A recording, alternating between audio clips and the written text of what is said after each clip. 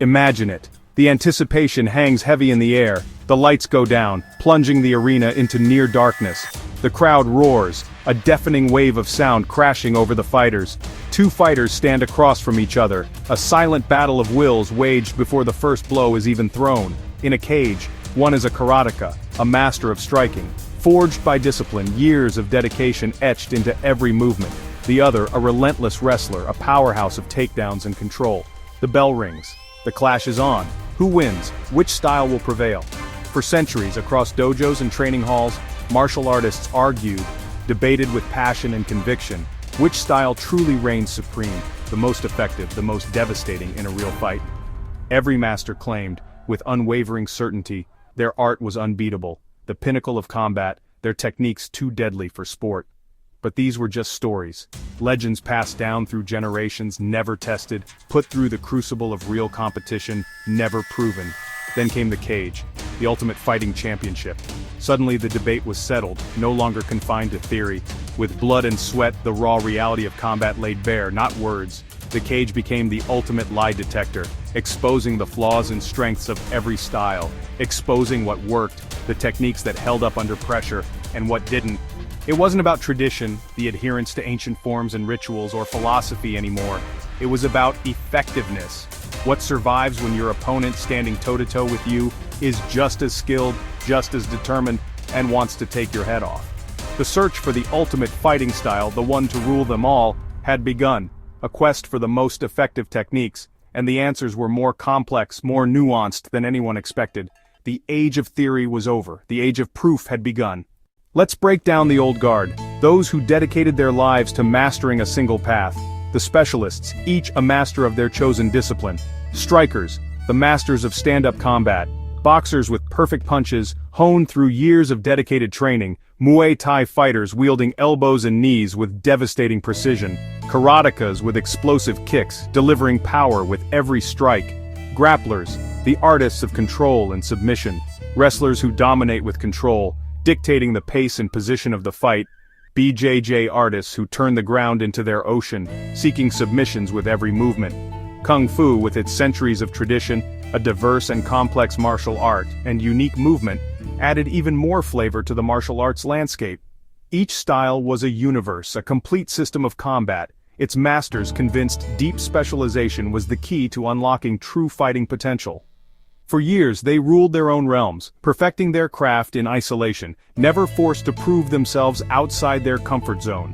But what happens when the striker, confident in their striking prowess, is dragged to the mat? When the wrestler faces a submission artist whose sole goal is to find a fight-ending hold, the cage forced these kings, these masters of their individual domains, to leave their kingdoms and confront the unknown. Suddenly strengths became weaknesses and expertise became a liability. The question was no longer, who is the best striker? Or who is the best grappler? Who was best in their world? The rules had changed. But who could survive outside it, in the face of a truly mixed martial arts challenge? The answer would change fighting forever, ushering in a new era of combat. Early UFC events were chaos, pure style versus style, a sumo wrestler versus a savate fighter. A single kick ended it in seconds. Then came Royce Gracie, a skinny Brazilian jiu-jitsu master. He submitted giants, strikers, and wrestlers alike, proving that if you couldn't grapple, you were helpless on the ground. Boxers, taekwondo fighters, karatekas, all were exposed when forced out of their element. Specialization became a liability. The cage revealed every hole. Boxers couldn't stop takedowns, wrestlers got choked, strikers were smothered. No single style was the answer. The question changed, not which style is best, but which combination of skills wins. The age of the pure specialist was over. Adapt or be left behind, MMA was about to be born. Evolution kicked in, reshaping the landscape of martial arts as we knew it. Survivors adapted, blending styles and discarding what didn't hold up. Wrestlers learned submissions, adding a new dimension to their already formidable grappling base. BJJ artists trained striking, understanding the need to be dangerous on their feet. Strikers drilled takedown defense, knowing that a fight on the ground could be their undoing. This was the birth of modern MMA, a hybrid art forged in the crucible of competition. A system, not a style, a constantly evolving approach to unarmed combat. MMA cherry-picks the best from every art, taking what's proven effective and discarding the rest. Wrestling's takedowns, BJJ's submissions, Muay Thai's clinch boxing's footwork. It discards what fails under pressure in the heat of a real fight, refining only what works, what consistently delivers results. Fighters like Georges St-Pierre became fluent in every range, a true testament to the effectiveness of the system. Striking, wrestling, grappling. He wasn't a karateka or a wrestler, confined to the limitations of a single discipline. He was an MMA fighter, a complete system, a synthesis of the most effective techniques from around the world. The Truth MMA revealed a well-rounded generalist beats the specialist, more often than not. MMA fighters control where the fight happens, dictating the terms of engagement, transitioning seamlessly between ranges from striking to grappling and back again. That's the core skill, not just techniques, but the glue that binds them, the ability to seamlessly integrate different skills. Traditional arts don't train for this. They often lack the cross-training and pressure testing necessary for success in MMA.